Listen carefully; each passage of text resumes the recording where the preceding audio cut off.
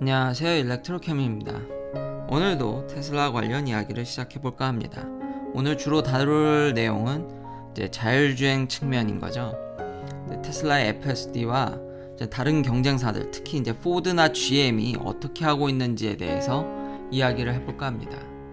지금 포드가 생각외로 OTA를 빨리 이제 풀고 있습니다. 전에 제가 이 내용도 업데이트를 해드렸는데, 그러니까 시범적으로 일부 모델에만 이렇게 하다가 생각외로 잘 되지 않았죠. 에러가 꽤 있었고, 특히 볼보 같은 경우는 지금 막 항구에 차가 묶인다든지 업데이트를 하는데 그 OTA가 잘 안 된다든지 그런 것들을 제가 알려드렸는데, 생각외로 이거를 빨리 지금 수정을 해서 GM과 포드가 테슬라를 굉장히 빨리 쫓아오고 있다는 겁니다. 그래서 경쟁사들이 굉장히 분발하고 있다는 거죠. 특히 포드 마기에 이어서 지금 포드 F150도 지금 OTA가 곧 이제 풀릴 예정입니다. 지금 어떤 부분에 OTA가 풀릴 거냐면은 차 안의 실내 등의 문제라든지 이런 것들도 이제 점차 이제 기존 내연기관 회사들도 차량 내부의 시스템을 통폐합해가면서 그런 것까지 이제 조절이 가능한 것까지 오게 됐는데요. 플러스 제가 깜짝 놀란 게 뭐냐면 포드 마기가 지금 뭘 하고 있냐면요. 일단 캐딜락의 슈퍼크루즈, 그 GM은 하이웨이에서는 사실상 거의 자율주행에 준하는 기능이 있습니다. 그러니까 GM이 그런 크루즈를 통해서 얻은 게 뭐냐면은 HD 맵을 통해서 이 맵 데이터, 그러니까 일종의 웨이모랑 좀 비슷한 거죠. 그 맵 데이터를 통해서 하이웨이에선 사실상 지금 손을 놓고 다니게, 그래서 지금 포드도 그걸 따라하고 있는 거죠.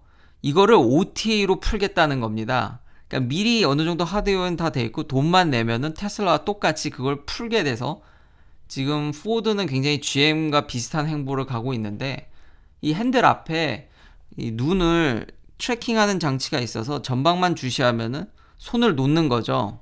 이런 거는 왜 비난을 안 받는지, 지금 다른 경쟁사들도 지금 아예 대놓고 손을 놓고 이제 다니는 거를 거의 이거 종용하는 거 아닌가요? 좀 너무 기사들이 포드나 GM의 이런 차들은 이제 손을 놓는 거에 대해서는 굉장히 관대하면서 테슬라에 대해서는 좀 강력하게 비판하는 게 조금 이게 아이러니한데, 아니면 다음부터 테슬라도 좀 오토노머스 드라이빙이라는, 아니면 풀 셀프 드라이빙이라는 표현보다 핸즈 프리 드라이빙 케이퍼빌리티라고 이야기를 해야겠네요. 그러면 괜찮을 것 같습니다. 여튼 포드도 지금 OTA로 이거를 이제 풀겠다고, 그런 자세한 실내등, 그리고 포드 마기의 이런 핸즈 프리 드라이빙 케이퍼빌리티, 자율주행이 아니라 거기까지 지금 가 있어서 굉장히 제가 놀랐고, 경쟁사들이 이제는 테슬라를 이제 막아야겠다, 강력히 견제를 해야겠다라는 의지를 지금 지난 폭스바겐의 파워데이뿐만 아니라 여기서 여실히 이번에는 더 이상 양치기가 아닌 정말 그 강력한 의지를 요즘 기사들로부터 읽을 수가 있었습니다. 아마도 제 생각인데, 이제 테슬라가 100만 대 수준에 갖게 되면은 정말 이제 막을 수가 없기 때문에 막기가 이제 2등 싸움이 되는 거죠. 전기차로 특히 이런 핸즈 프리 드라이빙 케이퍼빌리티까지 가면서 100만 대를 돌파한다라는 거는 굉장히 심각하게 느끼고 있기 때문에 진짜 뼈를 깎는 노력을 하는 것 같습니다. 물론 이제 포드는 GM 대비해서 이제 후발주자죠. GM은 이 슈퍼크루즈를 2017년부터 내놨습니다.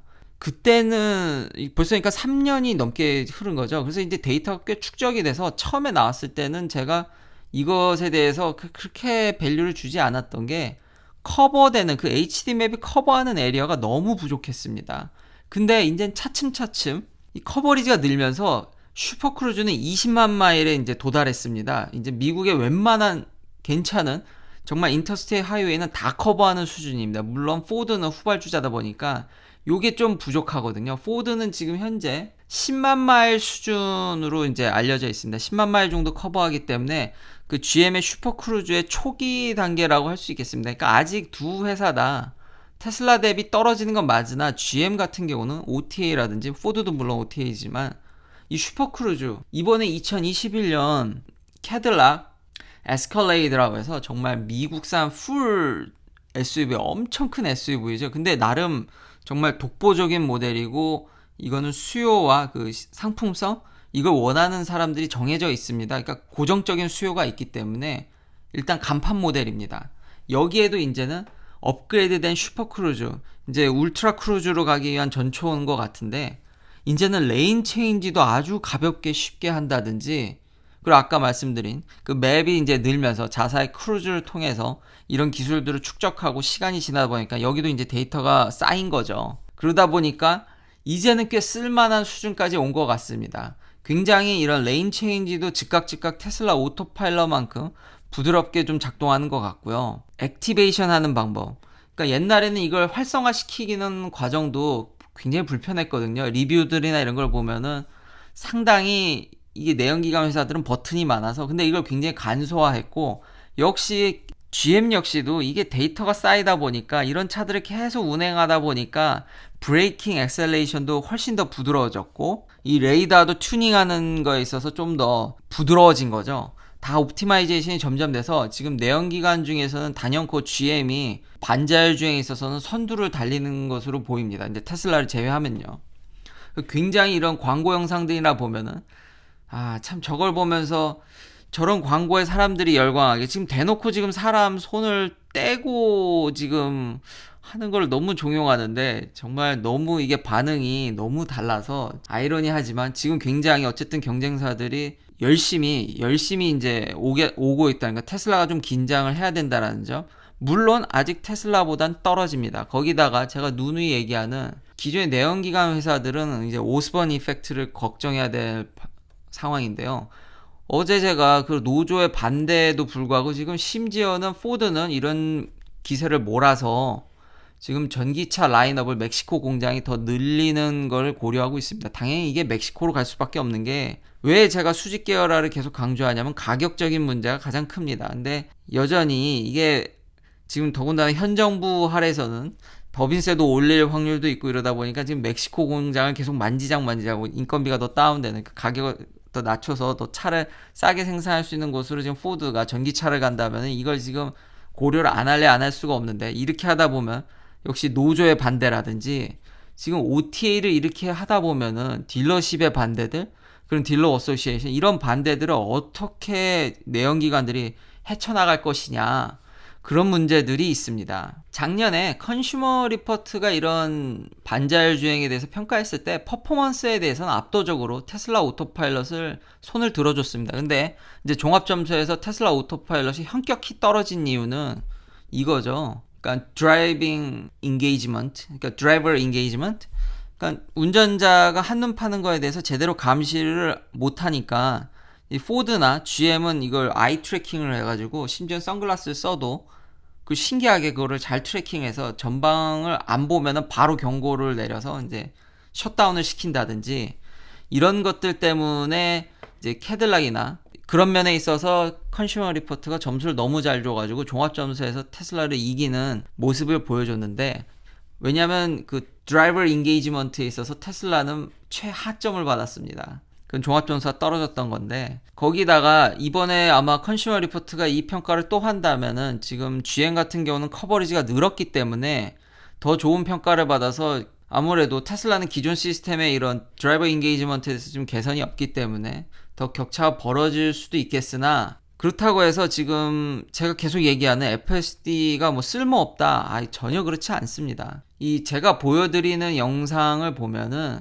물론 이제 2,000명쯤 뿌리니까 이 문제점에 대해서 지적하는, 지금 좌회전을 하는데 이런 하이웨이 같은 고속화도로에서 좌회전하는 거는 워낙 차가 빨리 오다 보니까 지금 좌회전을 하는 게 눈치 보는 게 좀 빠르지가 않죠, 대응이. 그러다 보니까 인간이면 얼른 치고 들어가지만 이 테슬라 FSD는 3번 만에 이게 성공하는 거거든요. 이 유튜브 분이 올려준 영상을 보면 거의 3번 만에 성공을 하는데, 영상을 정말 잘 찍으셨더라고요. 드론까지 이렇게 셋업을 하시고. 그렇지만 현재 이게 가능한 회사는 테슬라 말고 없습니다. 그리고 테슬라의 이런 FSD의 문제점도 좀 보여드리면서, 이러면서 좀 너무 비판적으로 간다고 오해하시는 분들이 있는데, 자율주행에 있어서는 5단계가 있습니다. 그러니까 명확히 해야 될 것 같은데, 제가 안 된다라는 건 여기 4, 5가 안 된다라는 거지, 이 3이 진짜 애매하긴 합니다. 근데 이건 뭐 제 탓이 아니라 이 규정이 이렇게 돼 있으니까요. 3은 거의 4, 5에 준하지만 문제가 생기면은 반드시 운전자가, 여기 파란색으로 색칠이 돼 있죠. 그러니까 2까지는 지금 파란색이지만 여기 3을 보면 여기 그래서 어떤 분들은 레벨 3부터는 제조사가 책임을 져야 된다고 얘기를 하는데 이 조항이 아주 애매합니다. 문제가 생기면 운전자가 개입을 해야 된다는 게 그럼 문제가 생겼을 때 운전자가 제대로 개입을 하지 않으면은 운전자 탓으로 몰아갈 수도 있기 때문에 지금 이 레벨 3가 애매한데 지금 테슬라가 여기를 지금 줄 타고 있는 거죠. 근데 일단 레벨 3를 터치하는 회사가 물론 웨이모나 크루즈가 있지만 그건 일반적으로 살 수 있는 차가 아니니까요. 여기 와 있는 회사는 지금 테슬라가 유일합니다. 그리고 실제 소비자가 입장에서는 이게 될 듯 말 듯 계속 느껴지고 있기 때문에 편리함을 그걸 느끼는 겁니다. 그렇기 때문에 테슬라가 여전히 앞서 있고 요 편의성 때문에 제가 테슬라를 좀 더 이제 긍정적으로 보는 게 여기 있고요. 그러니까 요 기준을 좀 명확히 할 필요가 있다라는 점과 물론 캐딜락 슈퍼크루즈가 이제는 정말 좀 좋아졌고 심지어 이제 정말 긍정적인 게 뭐냐면 볼트 EUV까지 그러니까 값이 싼 전기차까지도 이걸 확대 적용해주고 있다라는 겁니다. 그러니까 정말 칭찬할 면이죠. 그러니까 빠른 시일 내로 지금 굉장히 GM이나 포드, 폭스바겐까지 이대로 테슬라를 두면은 큰일 나겠다라는 게 이제는 이제 양치기가 아닌 의지를 정확히 느낄 수 있었지만 CEO들은 확실히 이게 방향이 쓴 것 같습니다. 그러나 이 오스본 이펙트 지금 여전히 이런 회사들은 내연기관을 좀 팔아야 됩니다. 기존의 지금 엔진 자동차를 지금 빠르게 지금 전환하려고 하지만 딜러십이라든지 계속 이야기하는 노조 문제들 과연 그런 장벽들 여전히 거기서 돈이 상당량 매출이 발생하는데 그걸 어떻게 깎겠냐라는 거죠. 글로벌하게 차량 판매량이 그렇게 늘고 있지 않습니다. 전 세계적으로. 심지어 감소하고 있죠. 주식을 하시는 분들이나 이런 증권사에 대한 리포트 이런 것들을 보면 앞으로 전기차에 있어서는 미국 시장이 이제 특히 한국 배터리 업체들에 있어서는 미국 시장이 중요하다고 계속 이야기를 하시는데 지금 미국의 자동차 시장은요 계속 말씀드리는 거지만 이거 제가 70년대부터 계속 업데이트한 거죠. 지금 거의 이거 픽스죠. 거의 변화가 없죠. 이거 보시면 이거 지금 제가 보시는 게 밑에 보면 이거 80년대입니다. 보면 심지어 86년에 1600만 대를 찍었는데 2000년대 여기 오고선 2000년이죠 여기. 근데 그 이후로 지금 여기를 못 벗어나고 있습니다. 지금 거의 20년째 미국 시장은 포화 상태입니다. 심지어 더 줄 수도 있죠. 그래서 2005년부터의 데이터를 보면은 지금 몇십 년째 차량 판매량이 그대로입니다. 그대로. 근데 여기다 전기차를 추가한다.